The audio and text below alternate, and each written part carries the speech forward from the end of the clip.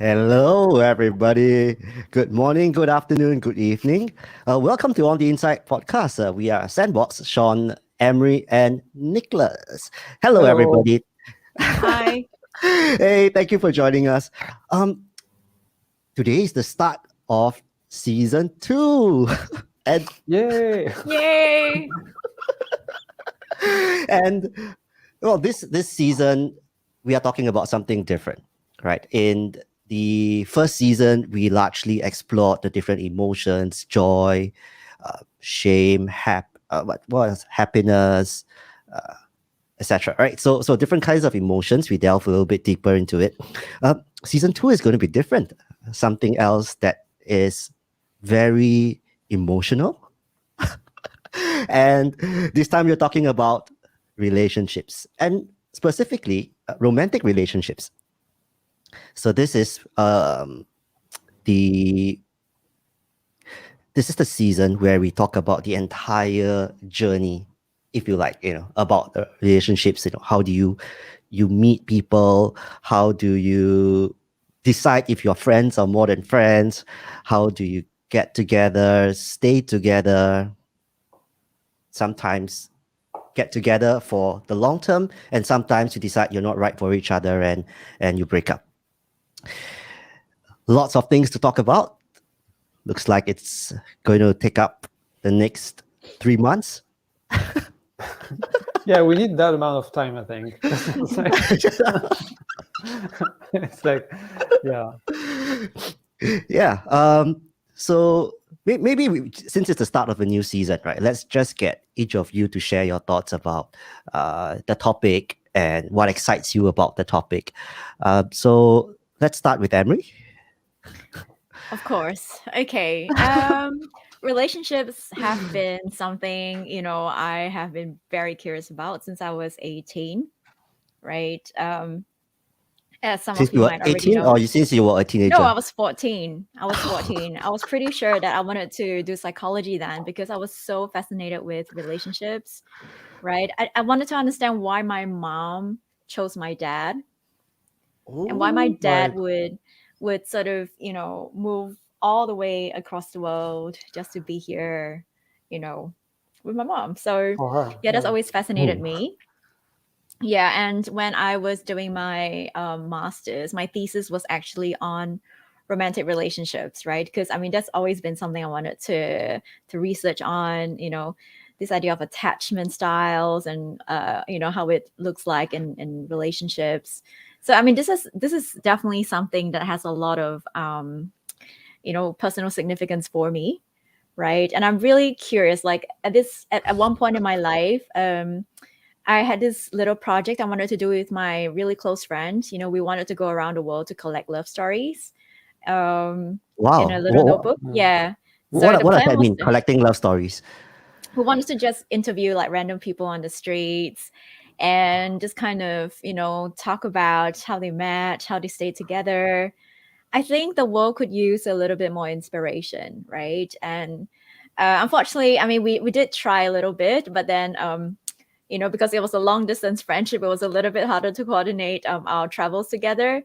But certainly, the idea was there. And at some point, hopefully, we could, continue with our little project. Mm. Nice. So All right, Nico. that's me. All right. What excites you about this topic? A lot. I mean,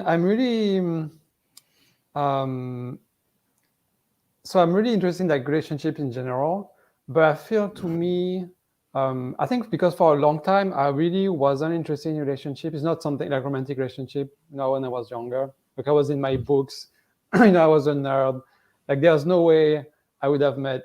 I suppose there was the internet at the time, but it was I won't tell you when that was, but let's say the internets were young in those times. So yeah. So that's something that I got really interesting into later in life, and and I suppose when I already some degree of like maturity, so as I can't say I really built myself like through like romantic relationship much. Like it really wasn't like a big part of like how the way I was functioning, and And so so that was really interesting to discover like the whole universe and see how I could like operate in that, like as an introvert, as someone who would not, be that outgoing. What kind of space there was for me, like in kind of like dating thing that I was discovering. Yeah. So there was that. So there was like a lot of self-discovery there.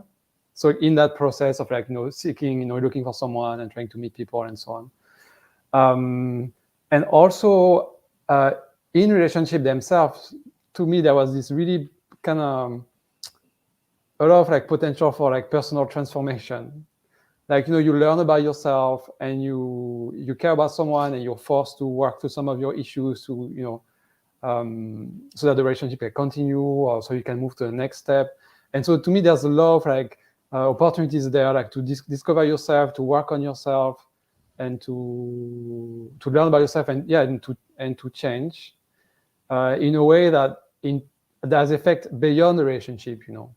I feel in a way you show up in life in general, like with friends and so on. So for me that's really what I find so interesting, like that potential for personal change.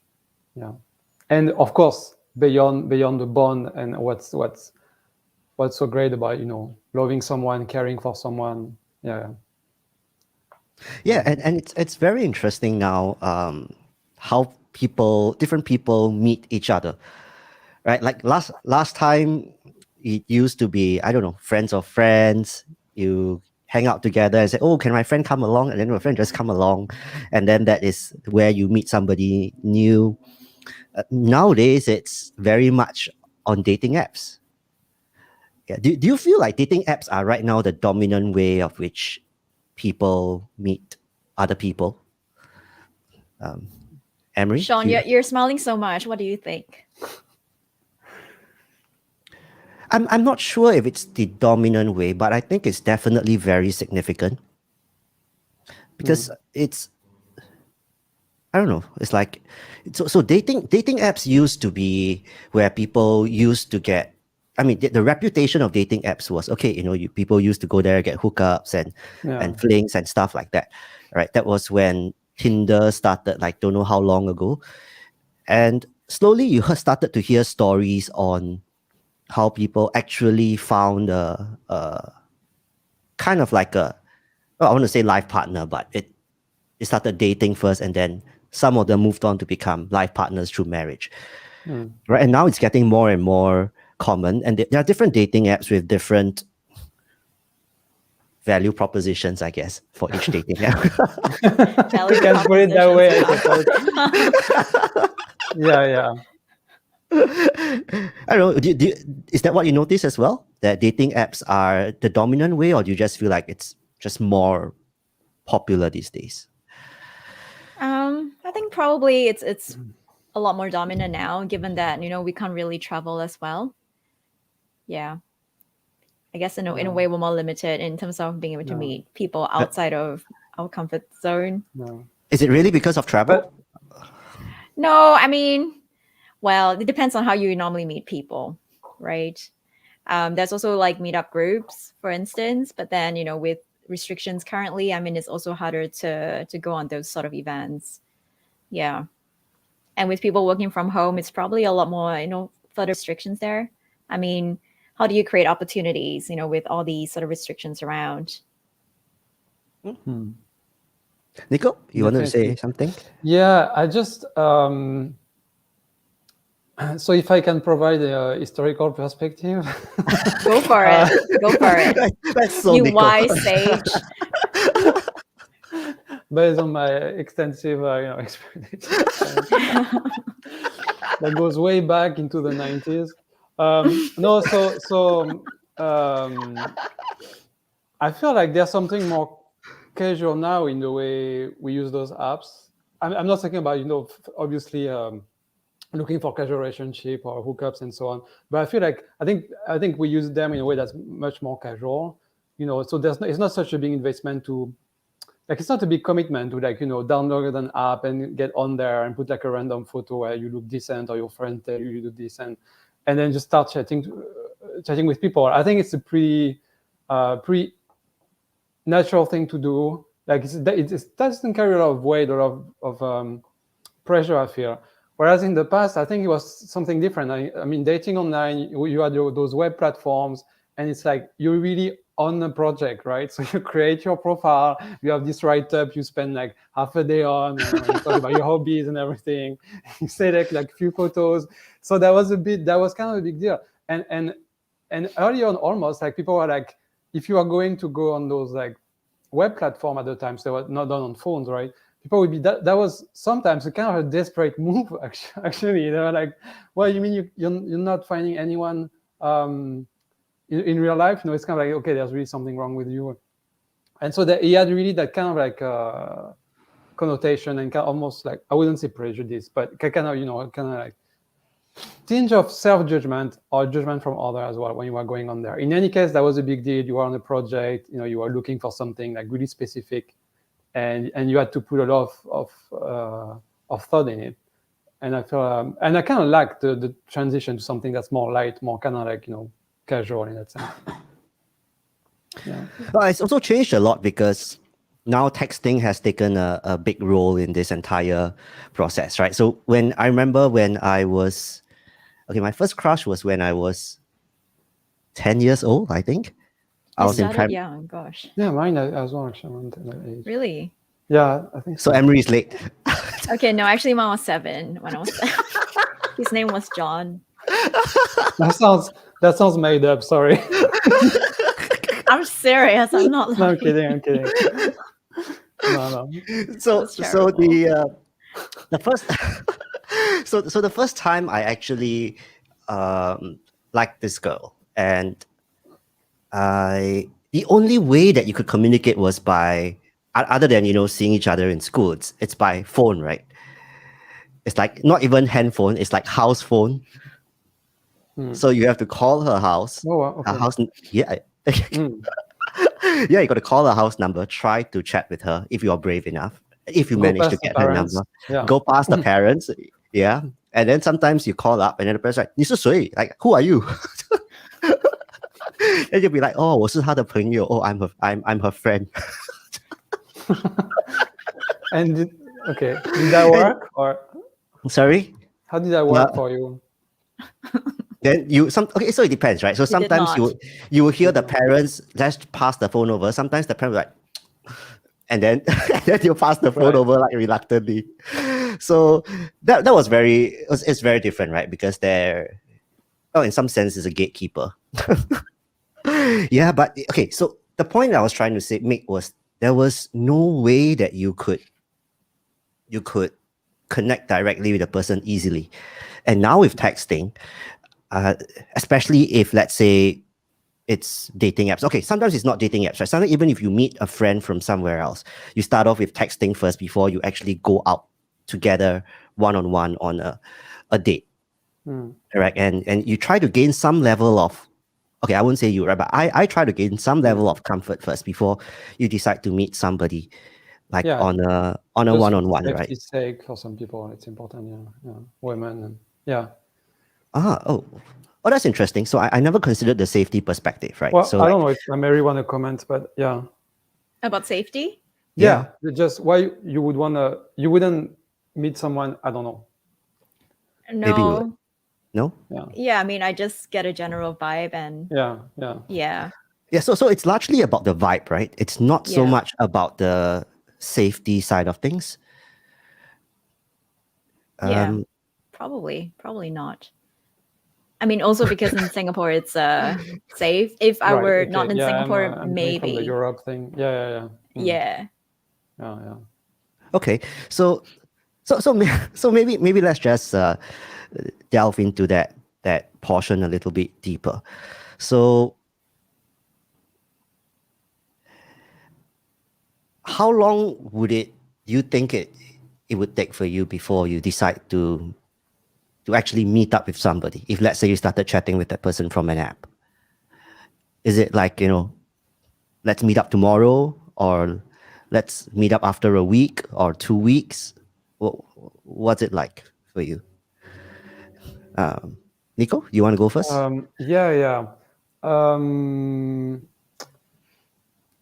Okay, so I think for me, it's not that I need a lot of time, but I tend to take a lot of time.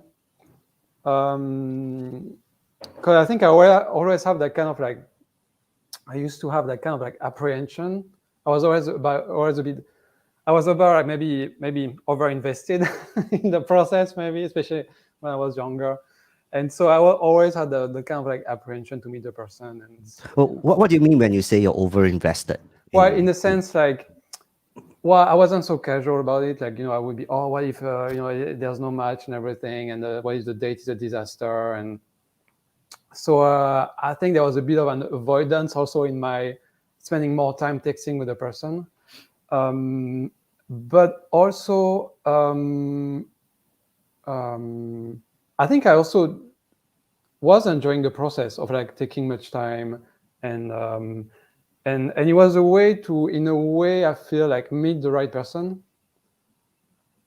Like, people who already are into building up some conversation base, trying to see how, because you get a sense of a lot of what the dynamics will be like already when you text a person. Like, you get a sense of like the kind of stuff they're into, when you can connect around. You can even get a sense of the flow of a conversation. You get a sense of like how available they are. Like, are they like 24/7 on the phone, or at their times where they won't touch their phone. The not touching my phone, that's me, meaning I would just wear clothes at certain times of the day when like don't expect a reply to your text. But yeah, so you get a number of information already, I feel like, even without knowing, like, implicitly.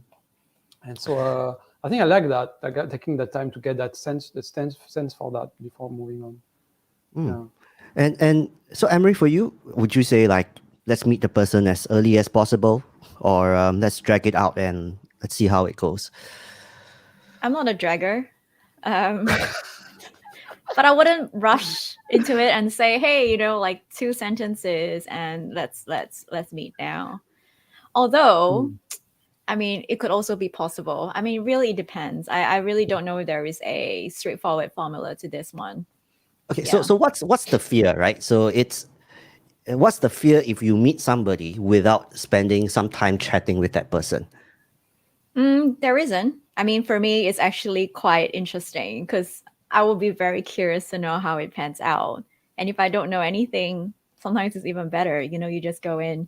I mean, of course, you want to make sure that you're generally, feeling okay about this whole the vibe. I mean, I keep saying vibe, but it's just this sense that okay, it's probably a nice feeling you get. The person makes you feel generally quite positive, right? And you're willing to just give this a bit of a shot and see what happens. I mean, you could end up having a new friend, right?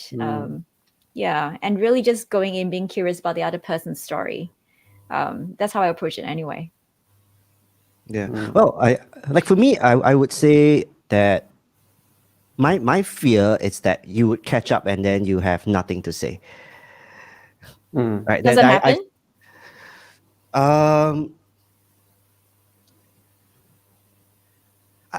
I think it's not say like nothing to say, but like you run out of things to say very, very early, right? And sometimes I feel like, if you're meeting someone for the first time, if you run out of things too early, or I feel like I have to try too hard to keep up a conversation, then like maybe as you say, the vibe is not there, the mochi is not there, or the camaraderie. What's mochi in English? Like, camaraderie, right? Yeah. Okay. Something like that like thing. the rapport kind of a thing. The rapport, yeah, the rapport. Yeah. The rapport. Nico rapport knows is a good Chinese. No, I don't. So the rapport is important. But so one of the things that I'm not very sure about is, if a person cannot like text well, like inverted commas, whatever well means, right? If you cannot establish that rapport through text, does it mean that you cannot establish that rapport in a face-to-face scenario as well? Nico, what do you think? Yes. So I think I don't remember how you phrased the question, but my answer is yes. So it's possible. I feel that there's like really no way, like there's no conversation that really taking off on text. But then on meeting the person, something happens and there's some kind of connection, and then things flow more. So definitely that's an experience I've had. And I think that's why also, so I said earlier, yeah, I would take my time, in the sense like I would enjoy the texting and everything, testing phase. But now, I think as I get older, I tend to go with the people that says just meet the person as fast as possible. because as you text, you really don't have that much. You're working off very little information, and you tend to have a lot of projection. So you really project a lot of a person. Meaning there's a lot of holes in what you know about the person, in terms of their personality and everything. And I think, I don't know, our brain is designed in such a way that it doesn't like uncertainty, and we try to project things on those dark areas. And often there are things that we want to see there, especially when you're very invested in meeting someone and so on. So that's something that we would want to see, So we made those dark area ideal in a sense, and so we built someone. You build up the expectation, isn't it? Yeah. Sometimes, yeah. And so when you meet the person and you actually get to feel in those area, meaning like kind of how the person behave. How the person shows up with you, how the person might behave with, if you're on the date in a restaurant, how the person might behave with like the staff, those bunch of, or just what's their humor is really like. There's a number of things that we really cannot pick up also through. So a lot of that is about creating an impression, right? When you first meet somebody, right? Because a lot of it depends on how you carry yourself, how you present yourself in a certain way. When you meet someone, like especially for the first time, do you feel like the first dates are generally a show? No. Why? So you mean in general, or just like personal? Both. Okay, we can discuss both, I suppose. Yeah. What happened, Johan? Yeah. Okay, go on. Something with the light? Yeah. Like the light shone on him. Yeah, the light suddenly changed intensity. So it's like, it's blinded by the light. Yeah, blinded by love. What the hell? Okay, you're back. Yeah. Where were we?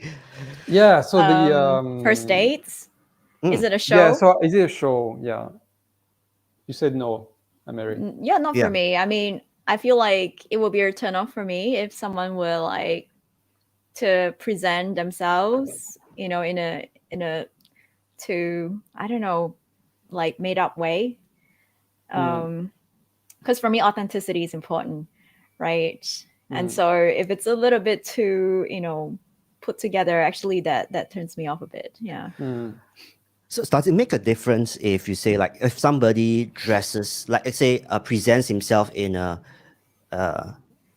way higher standard than what he actually is, like it's totally fake, right? Versus presenting the best version of himself or herself, not fake, but just the best of you. Does that make a difference for you? Yeah, I mean, of course, you don't want them to be sloppy, right? But at the same time, there's no need for, if you're talking about guys, there's no need for a suit or anything like that. Or certainly, for girls, right? I would imagine like, no makeup. No makeup? Well, at least, yeah. That's for me anyway. Right, yeah. Yeah. And the reason for no makeup? Just kind of go as you are. Yeah, but that's just how I see it anyway. Okay. That's just how I see like. And that's because you want to be inverted commas judge, right, for the character more than the appearance. I don't know. I just want. If it were me, like it's just showing up as me, right? Why do I need to put in super extra effort to look a different way from how I would normally be? Yeah, Wow. but that's just how I roll. Okay. Nico, first dates? I don't know. It's hard because I feel, yes, so you probably, to me, okay, we can tell ourselves that we're not putting on a show, or, I mean, I can tell myself that, but I feel it's still there in the background. And I mean, just because there's sometimes this pressure that's there. And What pressure? especially, well,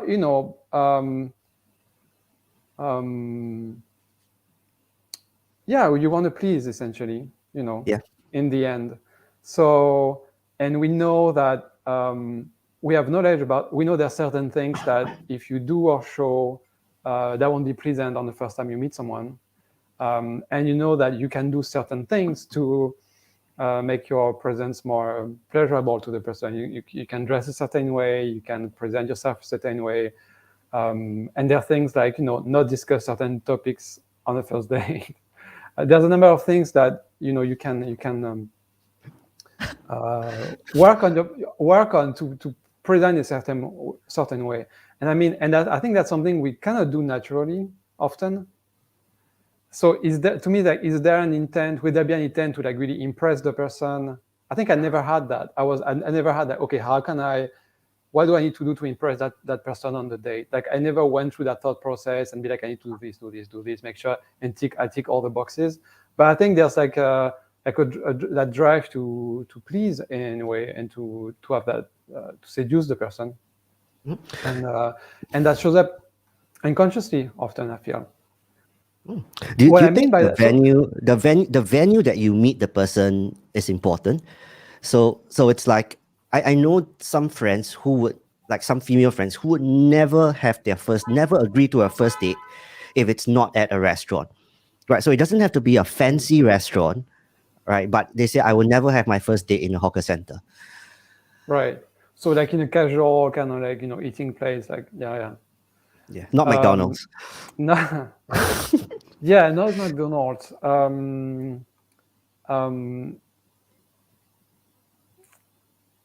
don't know. Amerie, what do you think? Like, is the venue important? Not really. I mean, not at all. Yeah. Okay. I would much prefer, like, say, a stroll, like along that's the nice. river or something. Yeah. I mean, we can grab something to drink or whatever. Have a bite. I mean, it doesn't have to be a sit down and get to know each other kind of a thing. Yeah, actually, what would be great. And I know a lot of my friends as well don't really mind the venue. In fact, the hawker center would be quite an okay place for them too. Really? Mm. Wow. Yeah. So Is it a hasn't shock, been your Sean? experience, Sean? Yeah, share your experience. Yeah. Yeah, he's shocked. No, I'm short. Shocked. No, shock. Yeah, Okay, see, all the so- hard work for nothing. So for me, one of the things that I make it a point not to do is to go to an extremely fancy restaurant that's beyond what I can afford. That's number one. And number two, it should not be overly luxurious. All right, because one of the things that's very important for me is I find it very unattractive that to if somebody is a materialistic kind of person, right? Which means that they are impressed only with the higher things or the upper things in life, the more luxurious things in life, because that's just not me. Right? I'm perfectly fine with a decent restaurant or a cafe, or sometimes I would say sometimes if I'm not certain about with this person, I don't really want to have a full dinner. Sometimes even like a 45-minute coffee. 45 minutes. 45 minutes to an hour, yeah. Yeah, That's because like a therapy session. No. I mean, sorry, No. No. Oh my god. No. sorry. Yeah. Word. No. Yeah, So you see, switch it off. the thing about this 45-minute to 1 hour sessions is it gives both people a way out. Right. If you enjoy that short conversation and you feel like, oh, we want to catch up again, the next one could very easily be a meal. Lunch or dinner doesn't quite matter. But if you're meeting somebody for a dinner, you have to sit through the entire meal. Right? If you're certain about that person or you're more confident, that's fine.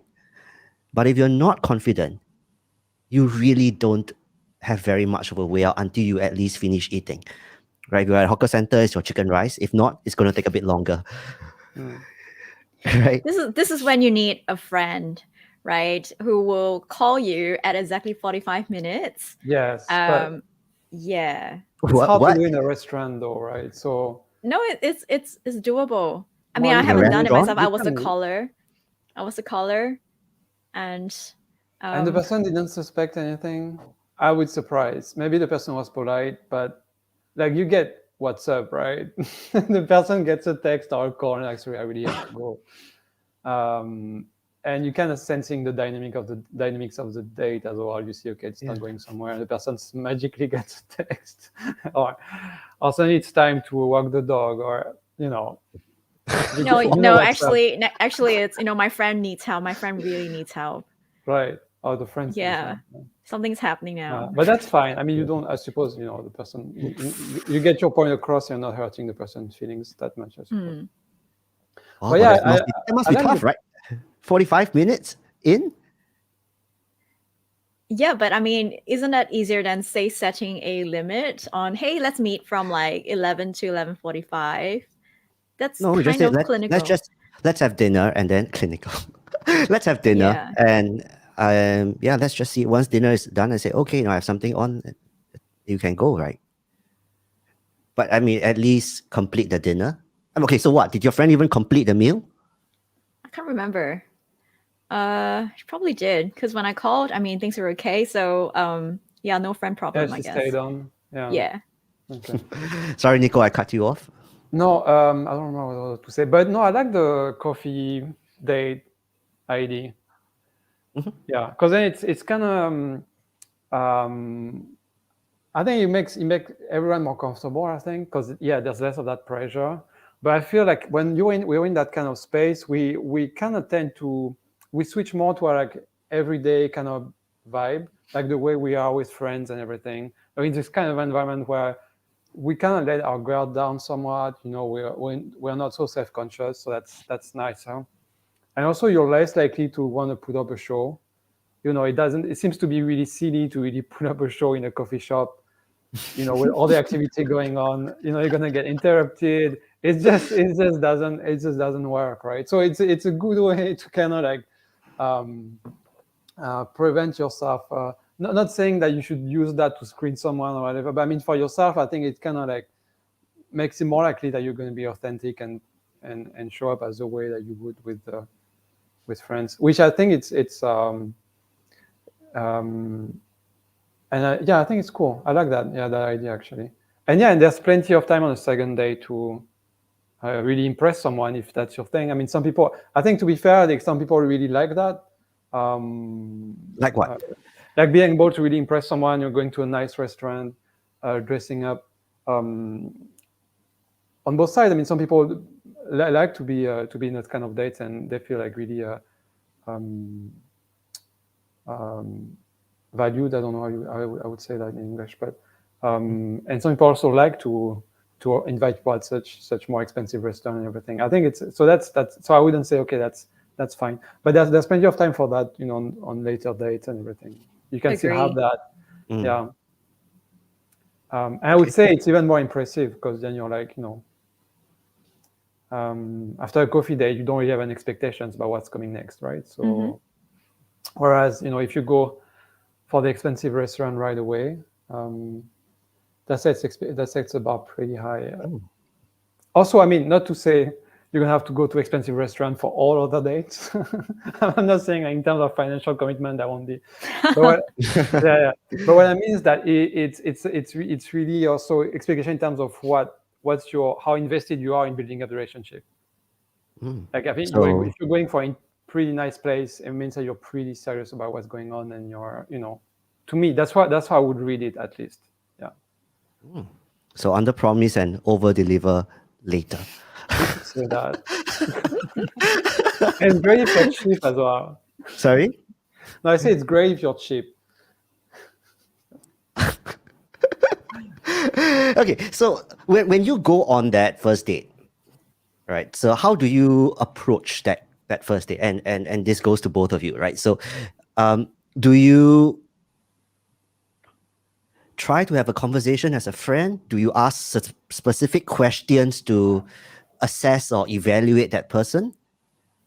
How do you approach a first date? And I'll share how I approach a first date, right? Because what's important to me is the ability to have a conversation with the person, right? Sometimes you could say that the other person, it's not a good conversationalist. Sometimes it could be me. Sometimes it could be just the two of us just don't click together, right? So primarily for me, what's most important is the ability to have a conversation, enjoy the conversation. It could be a short one, it could be a long one. Not every first date has to be like really, really many hours. And that's because the way I approach a first date is I like to make a friend first before seeing whether that is something that you want to pursue further in terms of a relationship. Right. I do know of people who look at first dates as I am evaluating you. I'm asking you this question for this reason, and the moment you don't hit the correct answer for this question, that's the end, kind of thing. So let's start with Amerie first, right? So how do you see how do you approach your first date? Similar to you, Sean. So I think friendship as a foundation is very important to me. Yeah. Right? You have to like the person for the person, right? I mean, there has to be qualities that they bring that you really respect, and you really look up to. Yeah, I mean, those things are important to me. So definitely, I mean, going in as just a friend, I mean, I definitely don't have a laundry list I evaluate at the start. I do know of friends who go in with just straight up, okay, this is what I'm looking for, do you have it, do you agree, if not, okay, we're out, right? But On the certainly first date? but certainly Right. that's not my style. Oh, so they ask those questions when they actually meet up with the person, not even through the texting phase. Yeah. So I mean, I've Wow. heard of like people's experiences where they just kind of go in and say, okay, this is what I'm looking for. Are you on the same page or not? If not, there's no Wow. follow-up. Yeah. Wow. So I've experienced something like that. I was chatting with somebody from a dating app, and we haven't even met yet, right? So we were texting, etc. So the message that was put across to me is, I'm not here to make another friend. I'm here because I'm looking for a marriage partner. And what are you looking for, right? You're looking for marriage. It's not even like, want a relationship, interested in the relationship or whatever iteration there is, but looking for marriage. So I was like, whoa. And at the point when I was chatting with the person, I wasn't looking that far yet, because what I was looking for was a friend. Yeah. So to have that conversation on the first date, I think, wow, it's very direct, very important. But could that have been done by text? I don't know. Yeah. Okay. Nico, first date for you. Yeah. Something came up, but I just want to add, because I think that's the kind of question, like very pointed question, I think makes sense also sometimes for people who are older and who they're really more clear about what they want for themselves. They might want to start a family or, but yeah. So then that would definitely call for like pointed questions and clear answers. Clearly, you really don't want to go. I mean, if you want to start a family, you really don't want to go along with someone who isn't sure yet whether they want kids or not. So, but that said, I agree with Sean. That's something that maybe can be dealt with like earlier on. As you start communicating with text, I don't see that would have to be on the first date. Other than that, I think, I want to say, I think, no, so I don't go, obviously I wouldn't go in with a check. Well, it's not that I wouldn't. You can if you want to, that's fine, but it's not natural for me to go in with my questions, and I need to, tick the boxes and see like how many green and red blue tick and like red cross line up count, at the corner of the table as the person is talking. Let me do the addition here. And then you're like, oh, sorry, you get more red cross. Sorry, I have my dog to walk. I'm gonna go now. No, but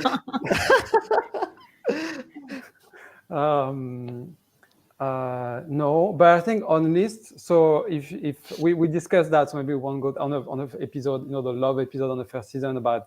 I believe it's useful to have that kind of requirement list for yourself, but do it like beforehand as you start looking for someone. Not something to bring like on first date to double check. It's just a way to prepare yourself before you start looking. I think that's super useful. But for me, no on the date. But I would say though that during a conversation, I think again we tend to unconsciously do that. So there's a number of points you're gonna hit in the first date. Like you definitely won't be going to the first date not knowing what the person is doing in their life, like what their job is. It's just not happening, right? So from that information alone, we make judgment. Even if you might be financially very comfortable and you don't care about whether a potential partner will have need to provide. The person might not need to provide. So, but nonetheless, we make judgment based on cues that we get from people throughout the conversations, and often they are unconscious, but I think they do happen, and I think they are important because they,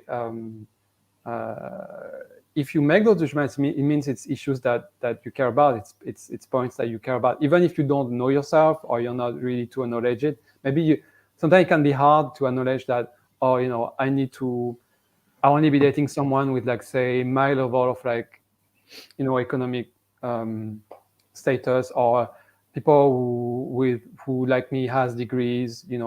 Sometimes it's hard to acknowledge those things for oneself, those kind of preferences. But I think even when we don't, the process is still there and we are somewhat filtering. That said, I think for me, the most important thing in first date, it's really, I agree, that sense of like friendship. But also, I think I enjoy like having fun, like in the sense that What? there must be no. Sean. No, never on the first date, Sean.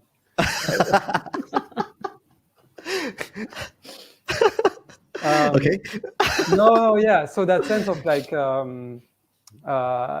needs to be something bouncy and fun about the conversation, the way things are going, and then surprises as well. Nice. Yeah. No, I mean, again, so that sense of like being surprised. Yeah. Let me know when you're fully recovered. Yeah. Yeah. Okay. No, so that sense of flow in a conversation, like really, and it's not just like necessarily the kind of convo you have with friends. Because I think with friends the opinions tend to align, so we tend to I agree on that, I agree on that, I agree on that. There's often when you're talking with friends, there's often like a lot of agreements on like values and goals and perspectives, but Mary is still going. Sorry. Yeah, that's fine. But I feel like with someone I'm meeting, like I think it's really cool also when you can see a different perspective on things. Something that feels really fresh, like ways of talking about things that you wouldn't have thought about, or way to approach certain issue you wouldn't have thought about. I think that's something that's really cool there. Yeah, I like that kind of stuff. I agree with the portion that unconsciously you're in some way through the conversation you can draw certain conclusions, or maybe in some sense you unconsciously evaluate the person. So I mean, as you are bouncing from topic to topic, you just had to.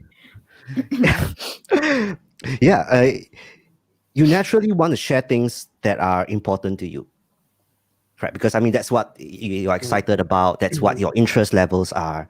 And sometimes through the responses from the other person, or if you ask the person, oh, what do you think about this? And you find that you might have very, very different opinions already. And sometimes that's a reflection of very different fundamental values. Yeah, and it's at that point you realize, we are actually quite different. And at that point, the difference it's not so much like the big issue, right? Because I can take it if somebody has a different opinion from me. But if it comes down to values, I think that's something that you tend to question a lot more. And unconsciously, you just like, this is actually really different. Can I actually live with that value? And then that's the first sign that I ask myself, right? So next date or no? That kind of thing. Yeah. And going on to that topic, like next date or not,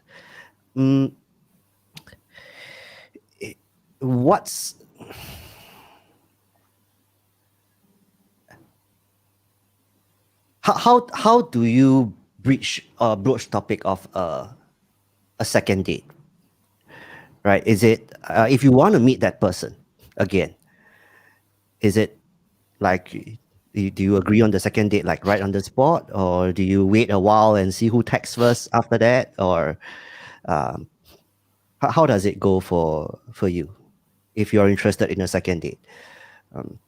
Maybe Nico will go first this time.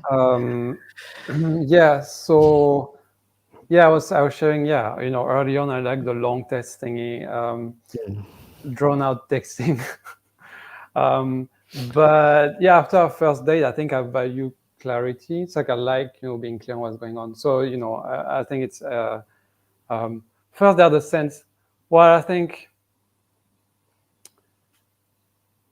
like I don't know. I really, in my experience and conversation I've had with people, it's rare that a date has been going really well for someone and had been a complete disaster for the other person. So there's always kind of a sense of like how it went without you having to ask. I feel, but definitely I would just share. I say, yeah, okay, I really enjoy my time, and so yeah, I would bring the conversation there somehow, or at least make an opening in terms of like, I think it feels natural to me. Yeah. So the challenge then is when you say that, that was an enjoyable conversation, I really enjoyed that evening. It could be seen as just being polite, right? Versus like being really interested in meeting somebody for the second time. Yeah. No, but I mean, as I said, so yeah, but for me it's a conversation. So it's more like I would not be like, okay, dead on, okay, let's meet again, or I'd like to meet you again. But it's like I'm opening conversation. I'd be like, okay, I really enjoy my time, and I see how the other person respond or not. It's more like a dance there, where you kind of like, what are you getting back, or if it's enthusiastic, oh yeah, me too, then I think it's you just, okay, let's maybe meet again. And yeah. Okay, Amerie, Smooth, any isn't it? thoughts? Smooth, right? Yeah. Yeah. So Smooth. how do you think about like second dates? Do you feel like it's something that the guy normally asks the girl, or do you think like it's okay if the girl asks the guy, or how does it work out? I think it doesn't really matter. Yeah, depending on the other person, I guess. right? I mean, for some people you could wait forever and nothing moves. Because Yeah. if they're as slow as Nico, then yeah, you have to wait maybe 2 months for the next date. Yeah, and then I don't know, but then I was talking to some of my friends, right? And it's really funny. I mean, you get people saying, yeah, you gotta lock it in, like if the first date was good, lock it in on the spot, book it in. I was like, what? I mean, it was amusing. Hey? What's Plant that? your flag. Yeah, you have to, make sure the person knows that you're interested. Book it in. And, yeah. So book in the next session, and yeah, but I mean, for some others, it's just kind of like, oh, let's just go with the flow. Yeah. But then with that, it's kind of like, how long are you supposed to wait? Right. And then, yeah, people might just lose interest. I don't know. Yeah. I think for me, it's,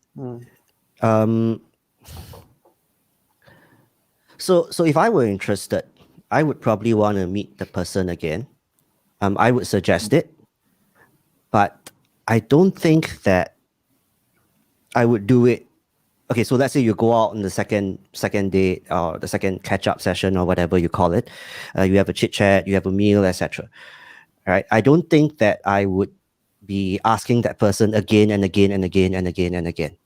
Because I think that at some point, it has to be both ways, that the other person also has to contribute. And the reason is this, right? It's not because I feel like, oh, it's like, it's not fair to me or anything, or why am I always putting in, because I see it as a sign of interest from the other person as well, right? It's important to me, at least, that there has to be some form of reciprocation, because if I'm always going to be the one who asks the other person out, I don't know whether it's one-sided or not. The other person could just be polite, and some people have a lot of patience when it comes to this kind of politeness. Yeah, and also the other thing that comes to my mind is this, right? If I have to do this for the rest of my life, if we were to be together, to me, that's not something that I want. I'm not something that I'm interested in. So I can take the initiative for the first, second time, maybe even the third time, to ask the person out. But at some point, the other person has to reciprocate. Yeah, that makes sense to me, because I feel also in that process, like not to make sense, not in the sense that that's how it should be, because as you said, for some people, like that kind of feeling the sense of like really being having someone who pursue them and so on, they feel valued by that, and they would want to look for that. But I think what I wanted to say in sense of make sense is, I think it kind of shows that what kind of patterns you would want also in your relationship, in the future relationship. Why would you want to be the romantic dynamics to be like in a relationship? Do you want to have someone where you invite each other and then it's kind of ongoing thing, or do you prefer to have someone who, or do you prefer to be like really doting on someone and really pursuing the person, or the other way around, you like to be doted on and really be? I think that's already a way to select a partner in a way, trying to see how things unfold after that first date, and yeah. I agree. I mean, for me, I think of it as both ways, right? I want to maybe pamper the other person to a certain extent, but I also want to feel that feeling of, oh, that somebody also wants me in that way, and that has to be demonstrated, right? It's not just, oh, if the person says, if the other person's style is, oh, I want to be pampered all the way for the rest of, that's just not me. Right? Not that the other person is bad, but it's just doesn't suit what I'm looking for. I think there's also that lack of teamwork. I mean, that's how I see it anyway. What teamwork? There's only two people. Teamwork, exactly. Teamwork. It has to be teamwork. Yeah, it's a cycling. But anyway, it's this idea of, I mean, like you said, reciprocity, right? You want to have the same sense of feeling valued by the other person, right? You can't be the one doing the work all the time, right? It's exhausting, and you get burnt out. It's not sustainable. Because in the long run, I mean, yeah, you can keep giving or doing, or, you know, be the one taking the initiative, be proactive, right? Even if that's someone you are as a person, you know, in the long run, it's just not sustainable, because you're not getting something back. You're not getting some sort of affirmation that, hey, the other person wants to spend time with you too, right? Yeah. So I think it's also the sense of teamwork. You know, you're both in that together.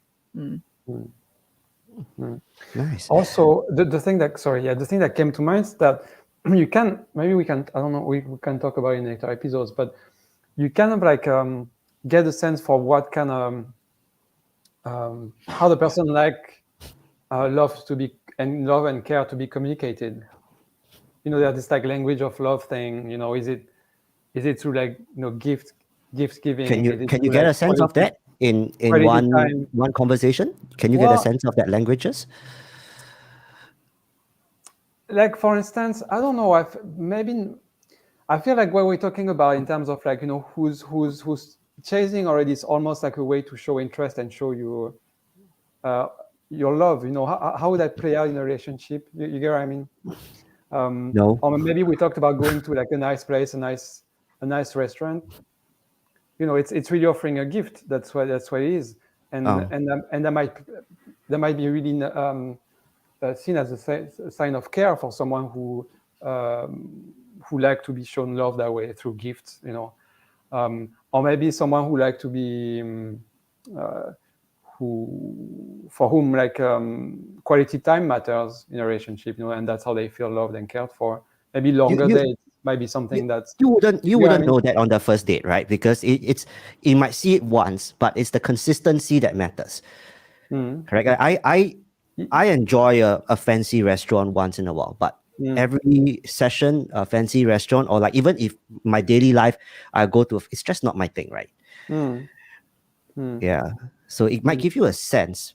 But my point would be, it's the consistency of it that matters, how far it carries on to the next few dates. Yeah, I agree. Yeah.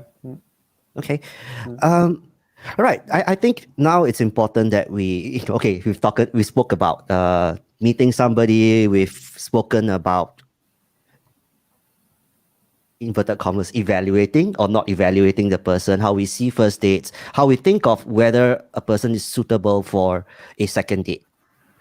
It then comes to the next stage, right, where you ask the question, are we friends or is this love? Right? And I think that transition is it's a very exciting time. It can be very excruciating as well. Sometimes if you think about it, because you're trying to evaluate how you feel, you're trying to evaluate how the other person feels, whether there is this reciprocation of feelings, you know. And for some people it's a game, right? Like you just don't know what the other person is thinking unless they are totally upfront. So Emery shared this article with us. And it's an article about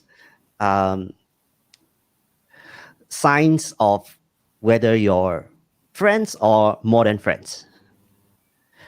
Right, so we're going to go through a couple of those statements, and we'll just share our thoughts, right, on whether this is a sign that this person is more than a friend, right, or we're just friends, as people always say when they're starting off. Okay, so the first one is this. It says, you daydream about them. Right? This is what the article says. If you're sitting around daydreaming about your friend in class or at work, they might mean more to you than you realize.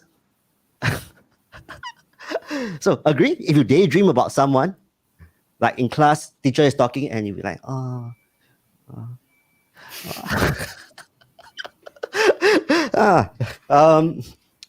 would that be a sign that they are more than just a friend?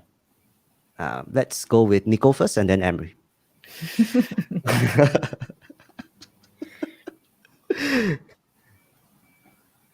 Possibly, but then yeah, possibly, but then I wouldn't. The daydreaming. So to me, it's like You wouldn't forgot have how the, it was like in school. Yeah. No, what I mean is that yes, but you wouldn't have the daydreaming where there's some kind of like, sensations there as well, right? So you feel you have the butterflies, you would feel something. It's not just the daydreaming because like daydreaming, there's like something going on there below the daydreaming that makes you drift into thoughts about this person and everything, right? So I think personally for me, the daydreaming wouldn't be like if I were in daydreaming mode that way, that would be that first, like the butterflies that would be there, and that's how I would know beforehand. You know what I mean? It would be, for me, that would be that first signal that's there. Yeah. Okay. Right. Before we go on to Amerie, Cynthia says, hi, Sean. Hi, Nico. And hi, Amerie. Hello. Hey, Cynthia. Thanks for joining us. It's probably quite late where you are in Indonesia, but thank you so much for joining us. And thank you to everyone else Hello. who's here with us, right, as we talk about this topic on meeting people and deciding if you are friends or not. If you're listening to us, drop a message in the chat. Just say hi. Share this chat with whoever you like on whichever platform. All right. So we were talking about daydreaming about someone. And Emery, what do you think? If you daydream about the person, could this be a sign that the person is more than just a friend? Possibly. I mean, I will get, say, intrusive thoughts. What intrusive thoughts? Like when I'm doing something and then a thought pops into my head, not of my own volition, right? But I think the quality of the thought could really differ depending on how the person is, right? For some, it's a bit more like there's some emotional intensity for some, for others, not really. Again, it really depends on, where we're at. But certainly, I think there is that sense of that intrusive thoughts. I mean, that for me, it's an indication. Okay. Well, we have a message from Kenneth, and Kenneth's comment is this. All right, if we go by the logic that there are different types of love, right, such as platonic, pragmatic, romantic, then it may be difficult to assess the suitability of a partner in only a few dates. Okay. So now we are talking about assessing someone's suitability.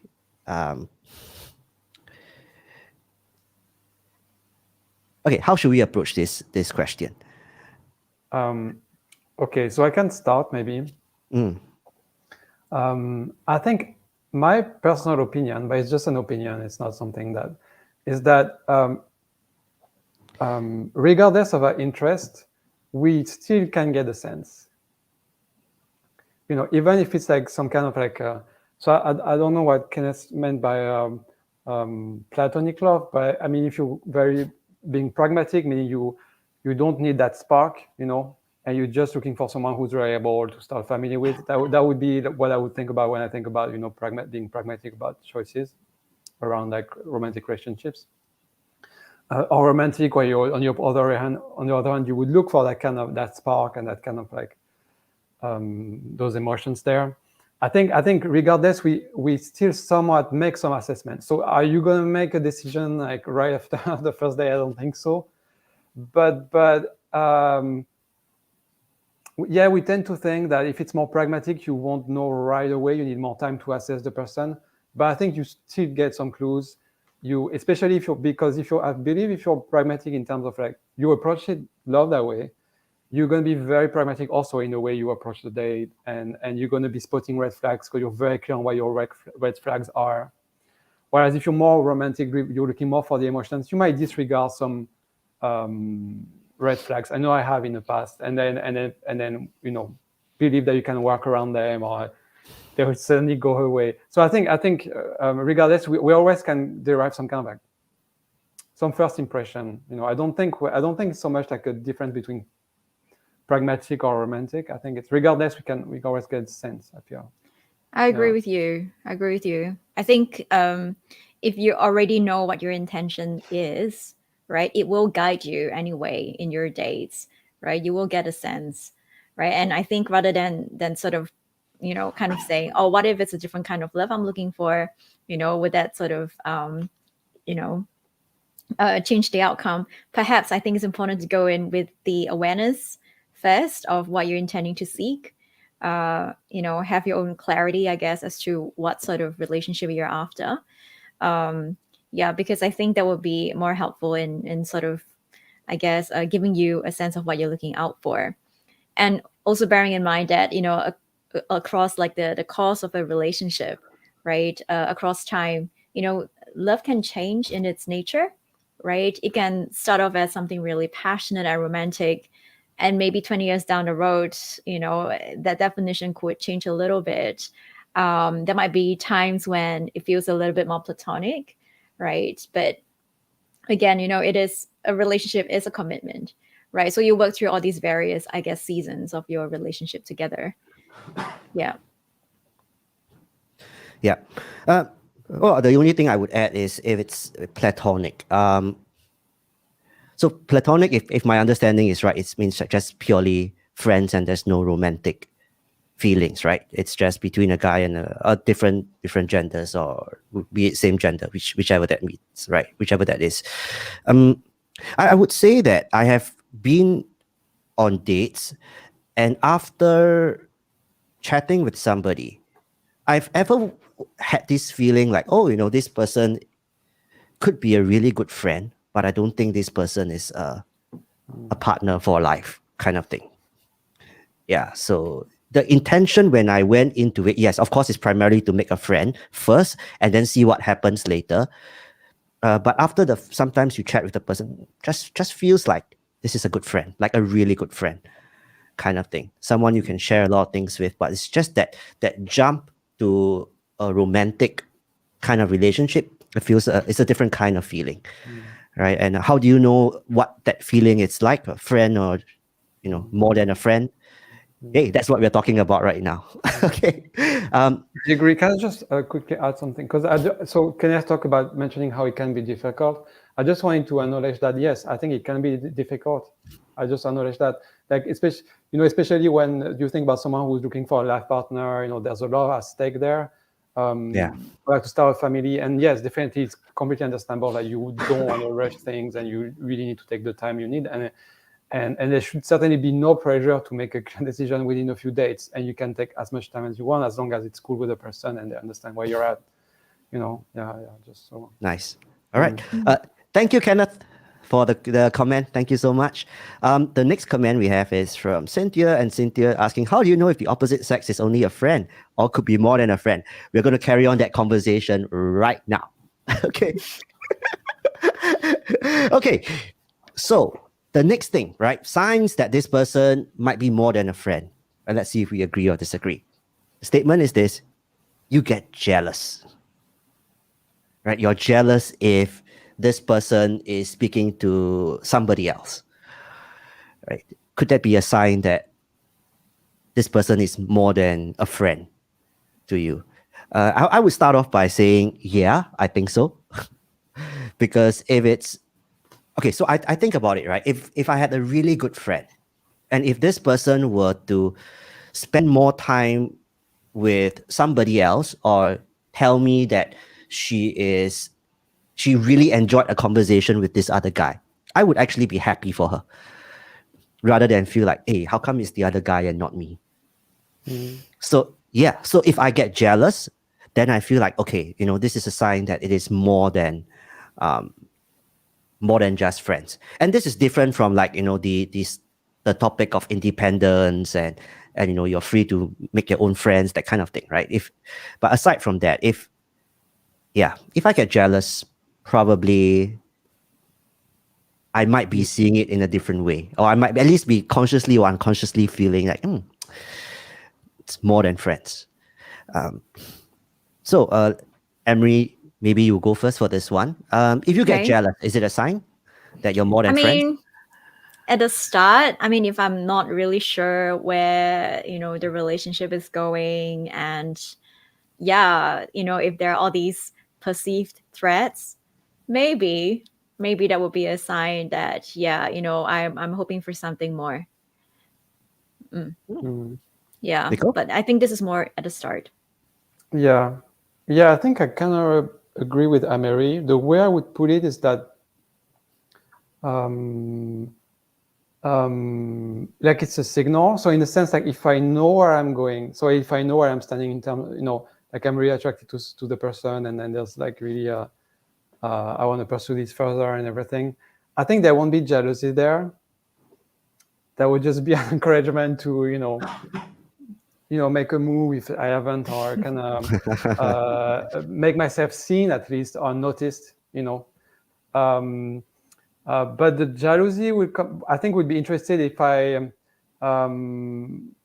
that's someone that I haven't considered or thought about or even seen before. It's a signal that will show up as like, yeah, why is it what's going on here? Signal that I might have missed something there. You get what I mean? So, that's I would read that. Nice. And speaking about being noticed, let's go on to the next statement. If they look at you funny, is it a sign that it could be something that's more than friends? And I would think if it's about the way someone looks at you, right? It's eye contact, right? There are different kinds of eye contact. Sometimes you look at someone, you're interested in the person, it's a friendship, it's a nice conversation.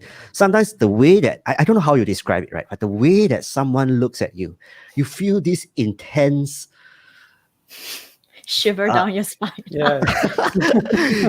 yeah. The butterflies. So okay, so it could go both ways, right? If it's butterflies, or if you feel like, oh, like what's going on, that's one thing. If it says shivers down your spine, that probably tells you a different thing, right? Oh yeah, okay. So if your friend looks at you in a, I don't know, perhaps a more seductive way, could that be a sign that it's more than friends? They want something more than just friendship? Nico, you want to? Okay. Emily, you are on your. Go for it, Emily. No, I was gonna say it depends on whether they are flirt to begin with. You got to know what the baseline is. You never know that. You never know that from the first date. Nah, I think it's from the chats and all. It's too easy for someone to you might know present themselves in a way that is. I don't know. Really? I mean, yeah, you get a sense. Oh. Right? I mean, right? I think for extreme cases, I don't know how to put. Sorry, it's not nice. But I think it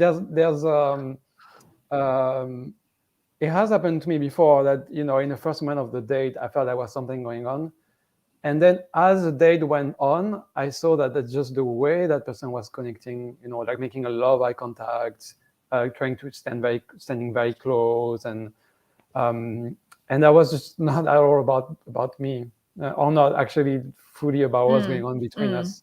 So yeah. So I just wanted to say that.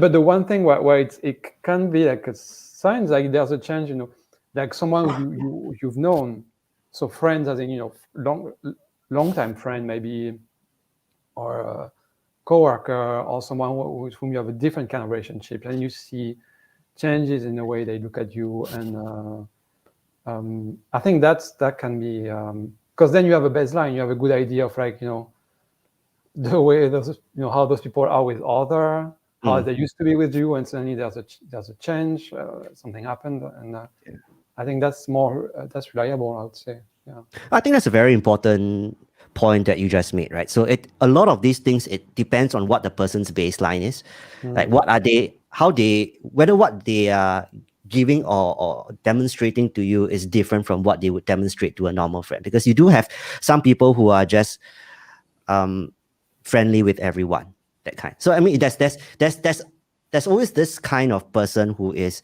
very warm, very friendly. Sometimes I meet people who are like, oh, she's like nice to everybody, right? And she's also nice to me, right? How do I know whether this is something special, or I'm just one of the many people that she's just normally friendly with? Yeah, and that's always the question, right? Where's the difference? You can ask. And I do. You do? Okay. I do. How do you ask? I'm curious. Like, am I special? Do you ask that or what? Oh, sometimes I would ask the question like, so if you like that person, if you like somebody versus if you treat them as a friend, how different would you respond to them, or how different would you be when you talk to them? Okay. I'll just ask that question. So it's indirect, but yet they know that it's obvious that I'm asking about something. And okay, there are quite a number of people who actually don't know how to put it into words. They just say, "Oh, it's just different, lor." But they don't actually know. And when you ask them that question, then they'll be like, "I actually don't quite know," and that gets them thinking, right? And whatever the result is, that's another topic, right? But I do actually ask the question straight, as straightforward as that. Okay, it's cool. Yeah. Okay, Very let's good. go on. Let's go on to the next one. Are they more than a friend if you can't wait to see them again? Okay, and I would say yes. For me, yes.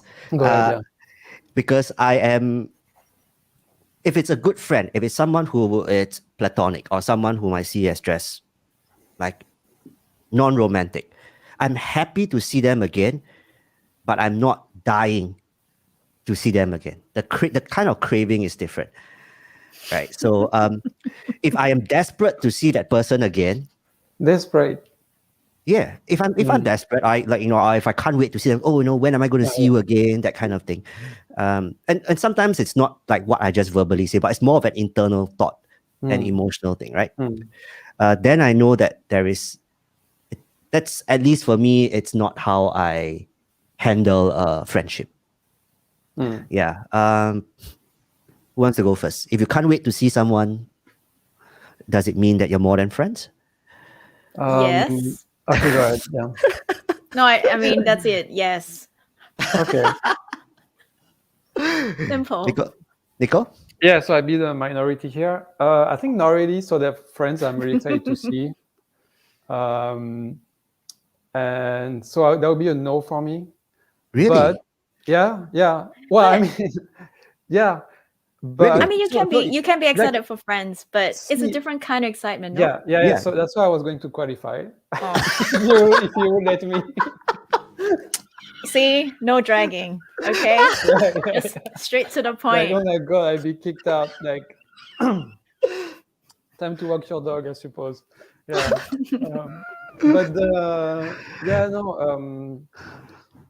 Yes. So, in terms of like talking or sharing time with people, I think I might have, like, with friends, I might be really excited to, be close to friends. But I think it's, for me, like, if that's someone I'm attracted to, more than a friend, that would be more like a physical thing. Like, you actually want to be physically close to the person. So when you read that, Sean, I heard it as being, wanting to just spend more time, whatever that means. Go to the movies, go do whatever activities together.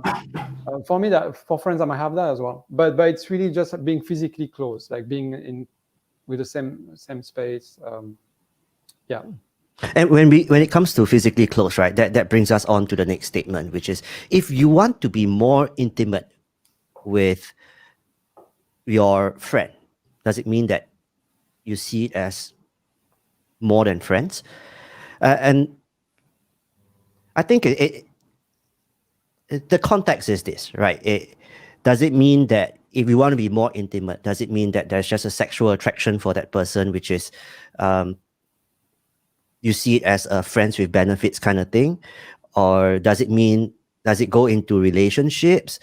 Or there's the other part where there are some people who are just generally touchy or very huggy kind of person. So I have good friends that you hug and it's purely a friendship kind of hug, that kind of thing, right? So what do you think? If you want to be more intimate with the other person, you want to hug the person, not hold hands maybe, how would you interpret this? Emery, you want to go first? Okay. I mean, it has to be considered in the context of other factors, right? Like? I mean, like you said, things like just a relationship that's purely physical, I mean, that will never work for me. Yeah, but when I think intimacy, I mean, there are different types of intimacy. I think we talked about it earlier as well. And for me, it's also the emotional intimacy that I would crave. Yeah, so the sense of, closeness. Yeah. And for me, it has to be quite holistic. It's not just like a one area. So yeah. So intimacy, not just physical, but there's emotional, and there are all different kinds of. Yeah, that's right. I mean, I'm thinking as well, because I'm thinking like spiritual, but then it's a little bit too abstract for me to kind of delve into at this point. But yeah, definitely a few different aspects I'll be considering. Okay, Nico. Yeah, so wanting to be physically intimate, you meant, because Amerie kind of opened it up a bit, but for me, yeah, that would be okay. So it depends on the context. Sorry, I'm going to do it depends on the context. But it's true, right? Isn't but it? No, I agree. Yeah, it does. So I mean, if that's someone that I'm meeting for the first time, I don't know.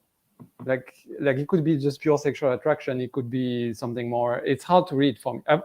Some people can read that for themselves. They know where they stand. Not very good with that.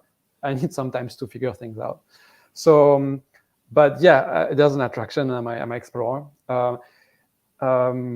If that's someone that I've been knowing for a long time, I think I would know, because typically there would be some kind of romantic thing in it, so yeah. So unlikely that would be a pure sexual thing with someone that's I've been knowing. It's like, friend with benefit things, not really something that works too well for me. But other than that, yeah, so sorry, that's not a great answer. It's all over the place, but it depends. It's my answer. Okay, let me ask you the next one and see if this is clearer. If you get butterflies in your stomach when you meet them, or when you're around them, is it a sign to you that this could be someone who's more than a friend? Because you don't get butterflies in your stomach when you go out with a normal friend, right? Okay, for me, straight away, yes. I don't think I have much to add other than yes. And I would, maybe I would say that the butterflies doesn't mean like I am definitely interested in the person, but it could also be a sign that there is something there, right? It could be I am not sure, like I'm still on the fence. It's a very ambivalent kind of thing. Yeah. Or it could be I'm super excited by this person, and because I like this person so much, and I get that feeling that somebody just gets my heart racing sometimes. Yeah. Just by being around that person. Yeah. Makes sense. And so then how would you go with sex if you were a crush, say, and something that just won't last? Or sorry, I don't understand. Like, would you be able to tell if it was a crush or something that would be there for like the long run, that connection? Whether it's a crush or something that's there for the long run. I think most of my past relationships started off with a crush. And slowly you maybe progress to getting on together if things work out. But I don't know, because I don't have this thought where I get into a relationship and I know that it is just for fun kind of thing, right? I get into a relationship because I intend for it to last in a certain way. At least that's how I think of it, before entering. So I don't have this like, just for fun, play. It's just not me. Yeah, so I think it starts off with that kind of crush, that kind of excitement. And then it goes on to like, okay, do you want to proceed on to a relationship? If it's both ways, is the feeling right? That's it. The rest of, and the other factors, right? I don't know. Do you see it the same way? I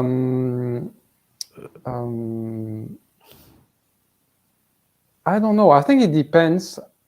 Sorry, but like where I'm at. So I might.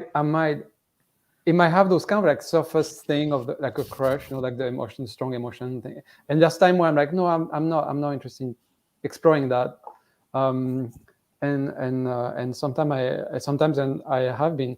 Meaning for me, it's like that kind of crush thing, that those butterflies, those kind of stuff we're talking about. It's more like it means, for me, it means there's a connection, and there's many ways you can acknowledge that connection. Does it have to be a connection, like, or at least could it be one-sided, like you feel something for that person, but you don't know how the other person feels for you? So I don't know. I haven't really been in that. I don't know. I haven't had that experience, but like of really unrequited. I've been in positions where the person wasn't in a position to have things go further. Mm-hmm. But there was always reciprocity in how the person felt. So I cannot speak to that. But what I meant is that, so that's my personal experience. So for me, there's sometimes a connection with someone, and you ready to go on and explore that further. Whether it might be purely physical, whether it's like platonic, whether it's going for a romantic relationship. But I think for me, it's really important to acknowledge it somehow. Find a way to let the person know, or for yourself as well, acknowledge that. I think it's not. It's a different feeling. It's a different feeling from norm. Yeah. Amerie, what do you think? Butterflies in your stomach, a sign that at least you might see this person as more than a friend? Okay, so I'm generally quite excitable about things. What does that mean? I mean, small little things get me excited. As well. That's true. That's very true. So yeah, I'm generally quite excitable about things in life. I get excited when I see a snail, when I see a rainbow, when I see a cat. I mean, you know what I mean, right? So that's my baseline. And when I see like my idol on Netflix, I mean, I also get butterflies in my stomach. Really? So I went through a phase. I'm not gonna name which Korean actor that was, but I went through a phase, and why not? My friends knew about it. No, and okay. And then we even set up a chat group with his name on it. Anyway, the point is that when I'm interested in someone on TV, everyone knows, right? I have obviously a visceral reaction of like, oh yes. But the idol is different from a person who you actually think that you could spend some time with. So it's not a good indicator for me, right? Because that's kind of my baseline anyway. But what's a good indication, I think, for me is like when something small happens, I want to share. Like even like silly things, the person comes to mind. So when something random happens, something small, like for me, that's the person I feel like, I wanna share it with. Yeah, so that for me would be a better indicator than the butterflies, I would say. Yeah. So there's this idea that having butterflies, we are generally looking at the initial stages of meeting somebody. Correct? Whether this person gives you the excitement, etc. I think there are also instances where this feeling of being interested in someone happens not at the first time you meet them, but sometime down the road, right? Like for me, once I had someone who was interested in me, but at that point I wasn't interested in her, right? As we chat a little bit more, then I slowly got to like her more, right? But then she started to like me less. So Sad. So sad, right? Yeah. At the point when I felt a lot for her, and I actually wanted to try. She wasn't interested anymore. Okay, but the point being, at that point, I didn't exactly have that very like butterflies kind of thing, right? Just because it was more gradual than or maybe I didn't notice it as much. Yeah. Oh, okay. Interesting. Okay. I think we will do maybe one or two more. Yeah, and then we'll wrap up the conversation, right? Okay. So the next one, it says you're texting up a storm. Right? So if you're texting nonstop, like into the crazy hours of the night, could that be a sign that this person is more than a friend? Or maybe if like you keep sending good morning, good afternoon, good evening, good night kinds of messages, or maybe you could be on the receiving end of it, right? I mean, it's whichever way. Could that be a sign that someone feels like you're more than friends, or someone is looking at it in a way that's more than friends? I don't know. I think, okay, when someone texts you, I feel, in some sense, I feel privileged, right? Because at least it's a sign that that person is thinking about you, and that's why, for me, she's dropping me a message. Yeah, and I do kind of appreciate that. But yeah, I mean, if you're texting a lot, does it mean that you're both maybe more than friends? Because I can text a friend for a pretty long time. Yep, for Yeah. sure. Yeah. But it's not the same as texting somebody whom I'm interested in for a really, really long time as well, right? So for me, I think texting itself is not so much the issue. Maybe it's the content of the text, how I feel when we are texting. I think that matters more than actually the action of texting. Yeah. Amerie, you want to go first, and then Nico? Yeah, I don't know if it's about the quantity of text, but really, yeah, what you're trying to convey there. And I guess keeping the connection going. It's a bit different. Yeah, I agree that it's a bit different. Yeah, so I mean, I won't go solely by, if we text a whole lot, it means something, because I think we do that with friends as well. But certainly, when there is, there are some little nuances that I feel might be a bit different. Mm-hmm. Yeah. I guess for me, it might be, say, the randomness of the stuff that we might talk about, when things are perhaps a bit silly, and we're sharing, right? And knowing, the other person wouldn't mind. Yeah, you do that with friends, but then maybe, I guess, the silliness might be a little bit more amplified. Yeah, I don't know. Nico? Yeah, so I don't, okay, so I'm not crazy about texting. So in general, it might actually indicate I'm interested if I reply a text in less than 8 hours. Yes. What, really? 8 hours? I don't know. No, I'm pushing it. But yeah, I'm not the most reactive. I'm really not on that texting thing. I'm like, Yeah, I can attest any to kind that. of like WhatsApp group, all my WhatsApp group are on mute. Sorry, guys. That explains a lot. Yeah. So I do check regularly, but yeah, definitely. And although no, maybe not. No, maybe not anymore. You guys are not on mute anymore. But anyway, so yeah, so that give you a baseline. And like a quick text reply from me is like within an hour. So there's that. And there's since I'm not really into texting that much. With friends, I might be like, okay, we've been texting for 50 minutes, like I'm done already.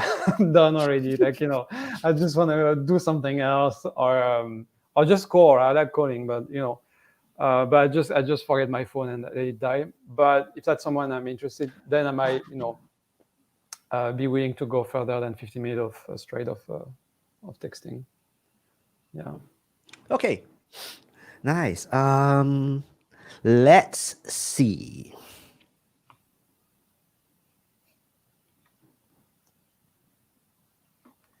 Let's do a final one.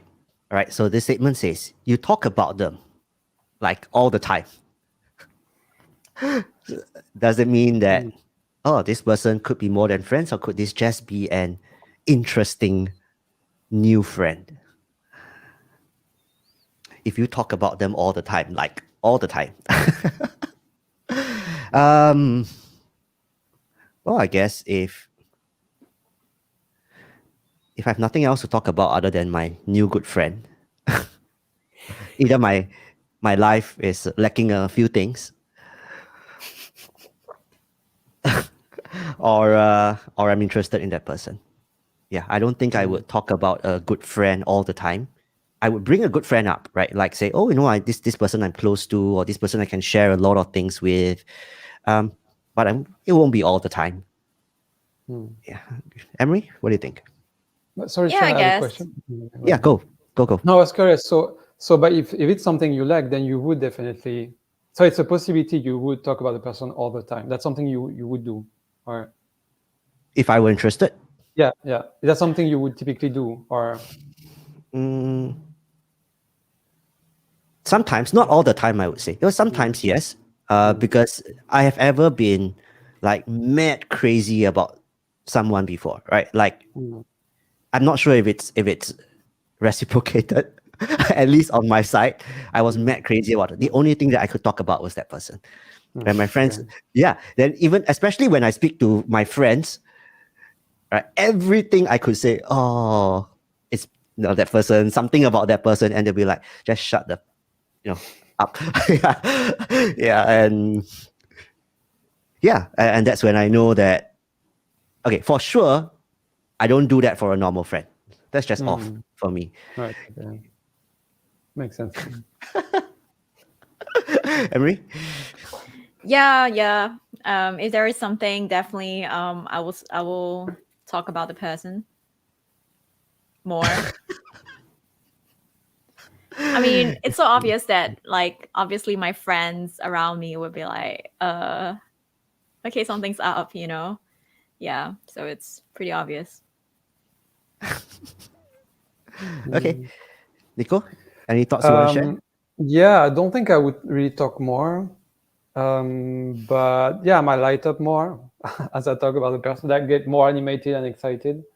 Yeah, but not really talking nonstop at the first opportunity or something.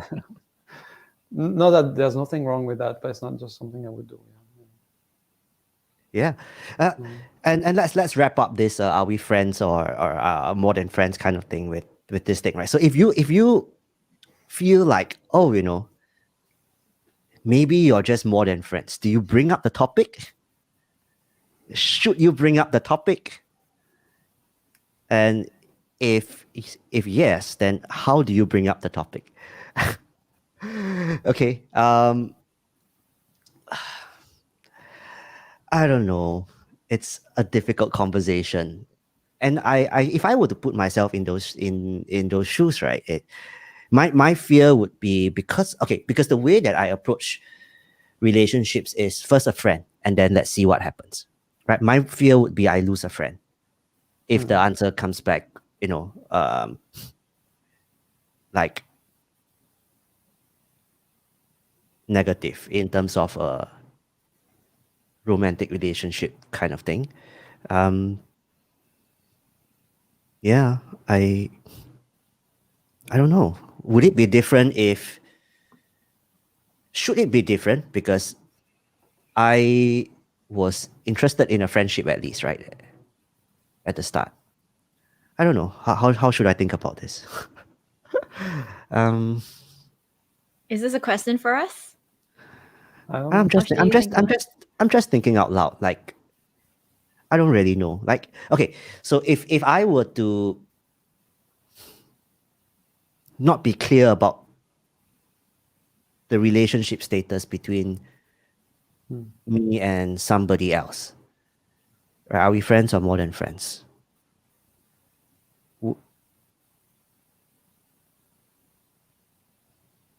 I think it's important to bring up the topic because just from experience, the longer that it drags, the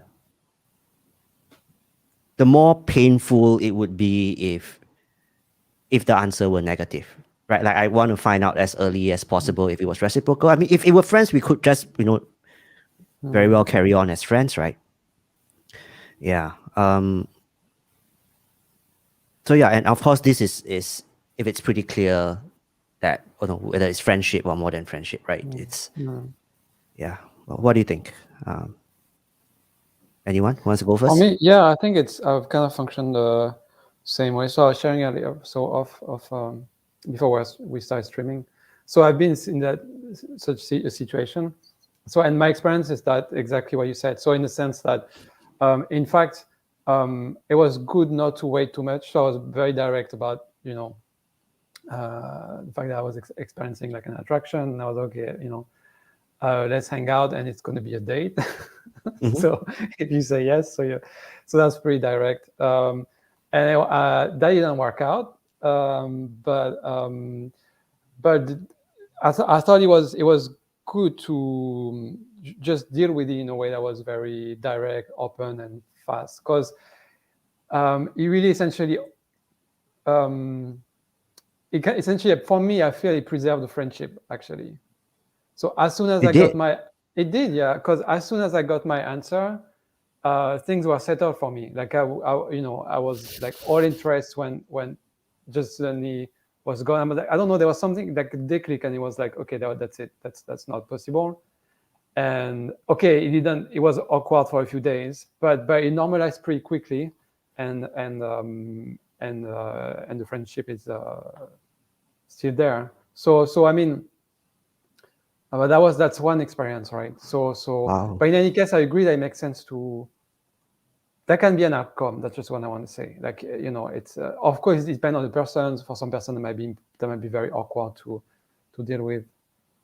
Yeah. But my sense is that if you're clear on your side, like if you're really clear that on your side the friendship can go on even if like you're getting rejected, essentially, I think it makes it easier for the person.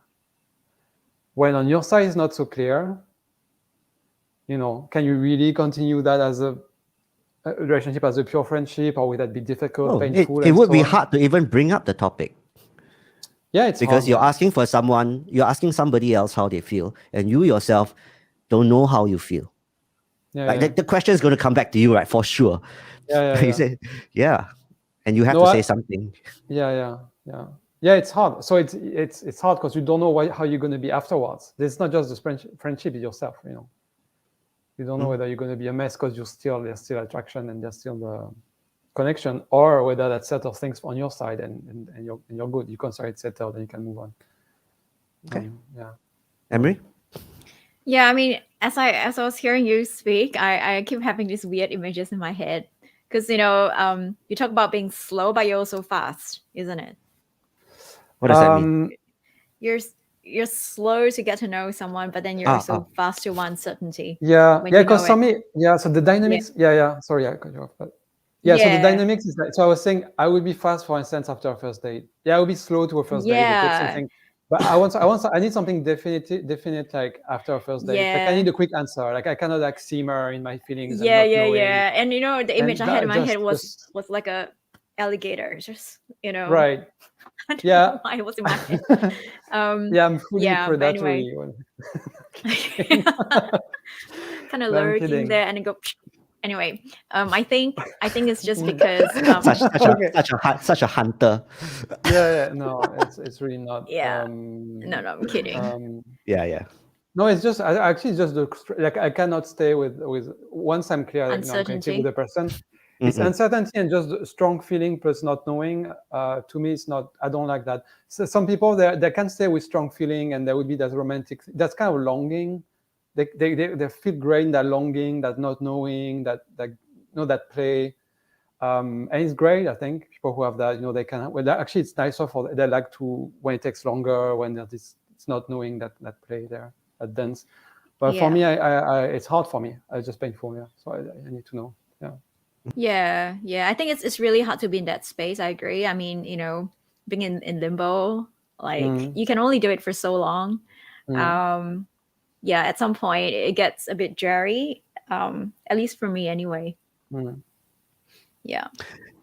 Is it important to have that conversation like as direct as this, or if does it mean like if there are certain signs and symptoms like, oh, this person is giving you certain very obvious privileges that they don't normally do for a normal friend, that this could be a sign that it's very obvious that something it's up, right? More than I don't think there's rules. I mean, there are many Yeah. ways you can just if it's not a very very important friendship to you, it's not something, or you don't have the same feelings, you can just let some space settle in and see what happens. There's many ways. It doesn't have to be about being upfront about it. I think each of us need to find their own way of navigating that. Like, I don't think there are rules for that, really. Yeah. Yeah, I think many factors would determine the sense of urgency, because I remember this was like many years ago, now more than 10 years ago. I think it was important for me then to define the relationship, because it was getting too murky, and I wasn't really comfortable.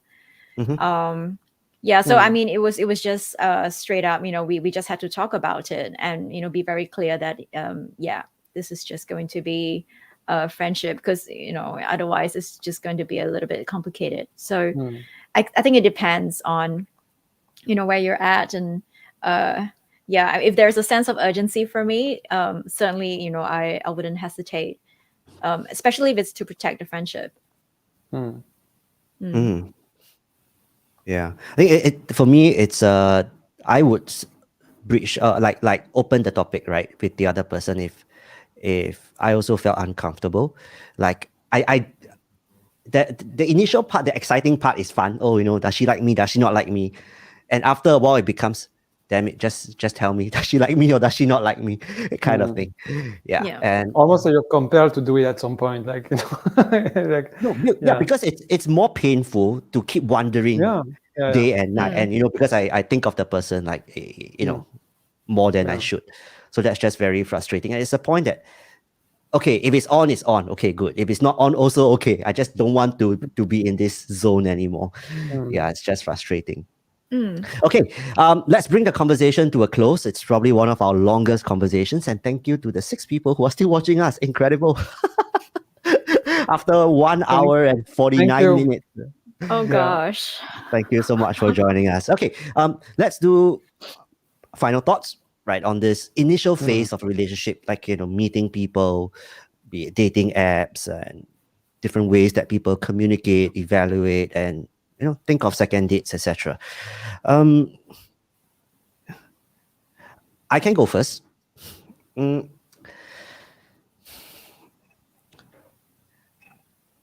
I would say that for me, the most important thing for me when meeting somebody is to see if you can get along as friends.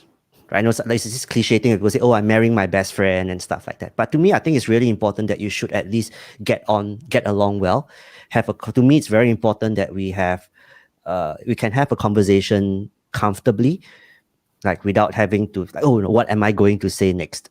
That kind of, sometimes some people you just get that, oh, you can talk about anything, and it's a key point for me would be when you're sometimes comfortable in silence. That means a lot to me personally. Yeah. And from there, that's where, depending on the stage of life that me and the other person is at, then we'll see, is if that's something that you want to take forth to the second stage, which is determining if you want to be like officially together, that kind, which is a topic for our next session. But most important for me, I would say, other than the ability to have a nice conversation, is that we share certain similar values. Yeah, and that would be a big determinant on whether I feel like, oh, this is something that we could take to the next level. And that's where I would know whether we are friends or whether I feel something a little bit more than friends. Okay, Emery, you want to go next?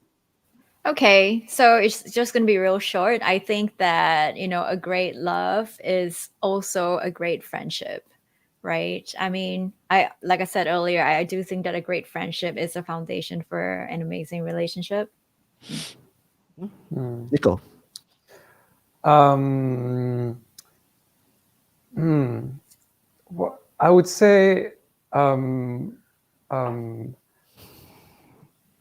there's something to be enjoyed in the process, like all the steps, starting chatting online, starting chatting on apps, going in a date. Like there's kind of like this, there's dance, that exploration, that's not knowing, that's both people are trying to figure out what's up and how's the person is responding.